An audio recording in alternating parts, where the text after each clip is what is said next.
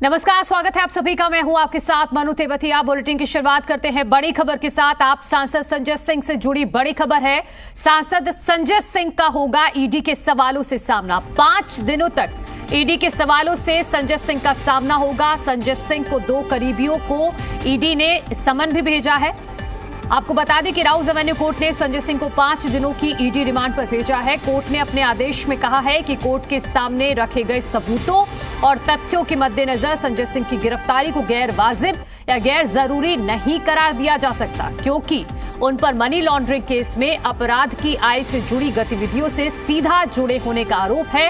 Court ने कहा कि पहली नजर में लगता है कि रकम संजय सिंह के घर पर डिलीवर की गई और ये आरोप दिनेश अरोड़ा के कर्मचारी और संजय सिंह के आदमी की call detail record cell location chart से मेल खाता है।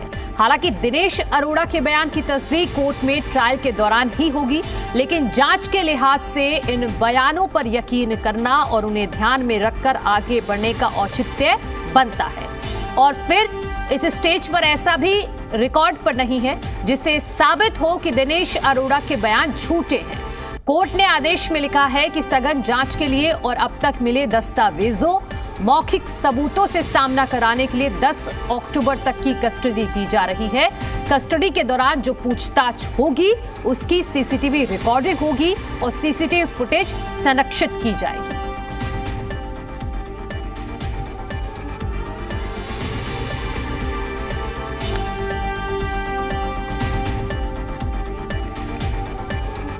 और जी मीडिया संवाददाता राजू राज हमारे साथ जुड़ गए हैं। राजू राज, संजय सिंह के 2 करीबियों को भी समन जारी किया गया है। कौन है ये 2 लोग? देखिए, संजय सिंह के कोर्ट में कल जिस तरीके से ईडी के द्वारा बताया गया, संजय सिंह के 3 लोगों को समन किया गया। 3 लोगों से कन्फ्रंट कराना है। जो एक नाम सामने आया था, सर्वेश मिश्रा। सर्वेश मिश्रा संजय सिंह के काफ़ी करीबी बताए जाते हैं। संजय सिंह के यहाँ वो बतौर एम्प्लॉय के तौर पर भी काम करते हैं, इसलिए सर्वेश मिश्रा को समन किया गया है और सर्वेश मिश्रा को बुलाकर पूछताछ की जाएगी। सर्वेश मिश्रा, माफ कीजिएगा, सर्वेश मिश्रा वो शख्स है।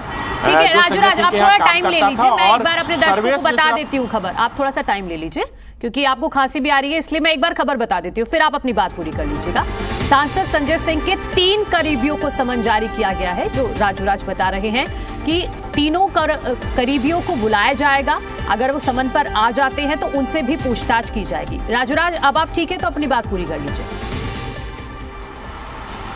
निश्चित तौर पर बता दूं कि सर्वेश मिश्रा वो शख्स है जो संजय सिंह के यहाँ काम करता है और जो पैसे डिलीवर करने की बात की गई थी 1 करोड़ रुपया, वो सर्वेश के जरिए संजय सिंह तक पहुंचा गया था और पैसे की डिलीवरी संजय सिंह के घर पे हुई थी। तो ये एक महत्वपूर्ण कड़ी है कि सर्वेश को संजय सिंह के सामने बैठाकर पूछताछ की होगी और अब संजय सिंह की मुश्किलें लगातार बढ़ती जाएगी, क्योंकि वो 10 अक्टूबर तक ईडी के रिमांड पर हैं। चूँकि लगातार कल आरोप लग रहे थे कि ईडी ने बिना बताए, बिना समन किए, बिना किसी एविडेंस के संजय सिंह को गिरफ्तार कर लिया है, लेकिन ईडी ने कल कोर्ट में जो दलीलें दी और उस दलील के आधार पर 5 दिन की रिमांड मिली है और कोर्ट ने भी माना है कि जो शुरुआती एविडेंस सामने आया है उस एविडेंस से लगता है कि संजय सिंह के पास पैसे पहुंचे थे और इसकी जांच होनी चाहिए। दिनेश अरोड़ा वो शख्स है जो अप्रूवर बना है, सरकारी गवाह बना है और दिनेश अरोड़ा ने ही संजय सिंह का नाम लिया है। तो संजय सिंह, दिनेश अरोड़ा, सर्वेश और 2 और लोग जिनसे कन्फ्रंट कराना है, इनके मोबाइल कॉल डिटेल जिसे कोर्ट में पेश किया गया और उसके आधार पर कोर्ट ने कहा कि आगे की जांच के लिए संजय सिंह की रिमांड की ज़रूरत है। तो अब देखना होगा कि कन्फ्रंट कराएगा, सवालों की जो बौछार होगी वो काफ़ी मुश्किलें बढ़ा सकती है संजय सिंह के लिए। दूसरी बात यह है कि अगर इस दौरान ईडी को कुछ और नए तथ्य सामने आते हैं, नए एविडेंस आते हैं, तो 10 तारीख के बाद एक बार फिर से ईडी संजय सिंह का रिमांड ले सकती है, रिमांड बढ़ा सकती है, क्योंकि मैक्सिमम रिमांड 14 दिनों की होती है। तो निश्चित तौर पर संजय सिंह का मुश्किलें बढ़ सकती है आने वाले टाइम पे। और दूसरी बात है कि ईडी ने जिस तरीके से कोर्ट में अपनी बातें रखी, कोर्ट को कन्विंस करने की कोशिश की कि उनके पास पर्याप्त डिजिटल सब एविडेंस है और डिजिटल एविडेंस को वेरीफाई कराना है। उन्होंने मोबाइल कॉल डिटेल की भी बात की कि जो कॉल डिटेल आया है, मोबाइल हमने जब्त किया है और मोबाइल के ज़रिए जो मैसेजेस हैं, जो चीज़ें डिलीट किए गए, उस चीज़ को कन्फ्रंट कराना है और इसलिए उन्हें रिमांड की ज़रूरत है। तो तमाम तथ्यों को देखते हुए कोर्ट ने 5 दिन की रिमांड दी और आज से संजय सिंह की पूछताछ की होगी। लेकिन सबसे बड़ी बात है, जो लगातार आरोप लग रहे थे ईडी के ऊपर कि जबरन फंसाया जा रहा है, परेशानी पैदा की जाती है, टॉर्चर किया जा रहा है, इसके लिए कोर्ट ने ये भी कहा कि जो भी पूछताछ होगी उसकी सीसीटीवी फुटेज रिकॉर्ड में रखा जाएगा, यानी पूरी रिकॉर्डिंग होगी और उसे संरक्षित रखें। अगर कोर्ट को ज़रूरत होगी तो तमाम वीडियोस देख सकते हैं कि क्या वाकई संजय सिंह पर किसी तरह का दबाव डाला गया, प्रेशर डाला गया, या फिर जो विटनेस जिनके साथ कन्फ्रंट कराना है वो उन पर कोई दबाव तो नहीं बनाया जा रहा। तो तमाम चीज़ों को रखा जाएगा बतौर एविडेंस। इसीलिए कोर्ट ने ईडी को ये आदेश दिया गया है कि जो भी आप रिकॉर्डिंग होगा, जो भी सीसीटीवी फुटेज रिकॉर्ड होंगे, उसे संरक्षित किया जाए। तो ये तमाम चीज़ों को देखते हुए लगता है कि ईडी इस पूरे मामले में फूंक फूंक कर कदम रखी है। चूँकि एम नागपाल की कोर्ट में इस पूरे मामले की सुनवाई हुई और शराब घोटाले से जुड़े तमाम जितने भी केसेस दर्ज हुए एम नागपाल की कोर्ट में, उसमें सुनवाई चल रही है। चाहे वो मनीष सिसोदिया का केस हो या फिर संजय सिंह का केस हो। मनीष सिसोदिया लगातार फरवरी से लेकर अब तक तिहाड़ जेल में बंद है और एम नागपाल की कोर्ट में ही उनकी जमानत याचिका को खारिज कर दिया था। उसके बाद हाई कोर्ट में उनकी जमानत याचिका खारिज हुई। अभी उन्होंने सुप्रीम कोर्ट में जमानत के लिए लगाया है। तो कहीं ना कहीं एक आरोपी जो पहले से आरोपी नंबर 1 जो मनीष सिसोदिया थे, वो अभी तक इन्हें राहत नहीं मिली है। वहीं अब संजय सिंह का नाम आया है। संजय सिंह कद्दावर नेता, आम आदमी पार्टी के राज्यसभा सांसद भी हैं, काफ़ी मुखर रहे हैं। इसलिए संजय सिंह की मुश्किलें लगातार बढ़ सकती है। अगर संजय सिंह की मुश्किलें बढ़ती है तो निश्चित तौर पर इसका असर 2024 में आम चुनाव पर भी पड़ेगा। जो आम आदमी पार्टी की तरफ से पार्टी के तमाम चीज़ों को आगे रखते थे, पार्टी के मीटिंग से लेकर, तो ये आम आदमी पार्टी के लिए झटका है। और निश्चित तौर पर आप देखिए, अब ईडी का सवाल जवाब का जो दौर है वो शुरू हो गया और ईडी पूरी तरीके से पुख्ता सबूत इकट्ठा कर लेना चाहती है, ताकि अगर चार्जशीट दाखिल होती है, जब ट्रायल पे यह मामला जाता है, तो उन्हें काफ़ी सुविधा होगी चीज़ों को वेरीफाई करने में। बिल्कुल। राजूराज, ये भी बताइएगा, क्योंकि आरोप ये है कि संजय सिंह के करीबी दिनेश अरोड़ा है, दिनेश अरोड़ा को मिलवाया गया था मनीष सिसोदिया से। उन दिनेश अरोड़ा से ही कहा गया था पैसा इकट्ठा करने के लिए, तो उन्होंने पैसा पहुंचाया, किसी के जरिए पहुंचाया, ये अभी तक क्लियर नहीं है कि किसके जरिए पहुंचाया गया था पैसा। लेकिन कौन से ऐसे सवाल हैं और सर्वेश मिश्रा इस पूरी कड़ी में कैसे जुड़ते हैं? देखिए, सर्वेश मिश्रा, विवेक त्यागी और एक और शख्स है, 3 ऐसे लोग हैं जो संजय सिंह के यहाँ बतौर काम भी करते थे और जो पार्टी से जुड़ा हुआ कुछ काम होते थे उसे संजय सिंह इनके ज़रिए करवाते थे, जो कि इनके साथ रहते थे। चूँकि दिनेश अरोड़ा इस पूरे मामले में सरकारी पहले आरोपी बना और उसके बाद वो सरकारी गवाह बन गया और उसने जो बयान दिया, उसी बयान के आधार पर इस केस में संजय सिंह का नाम लगा। मैं बता दूं कि जो एफआईआर दर्ज की गई थी आबकारी मामले में, शराब पॉलिसी मामले में, उसमें संजय सिंह का नाम नहीं था।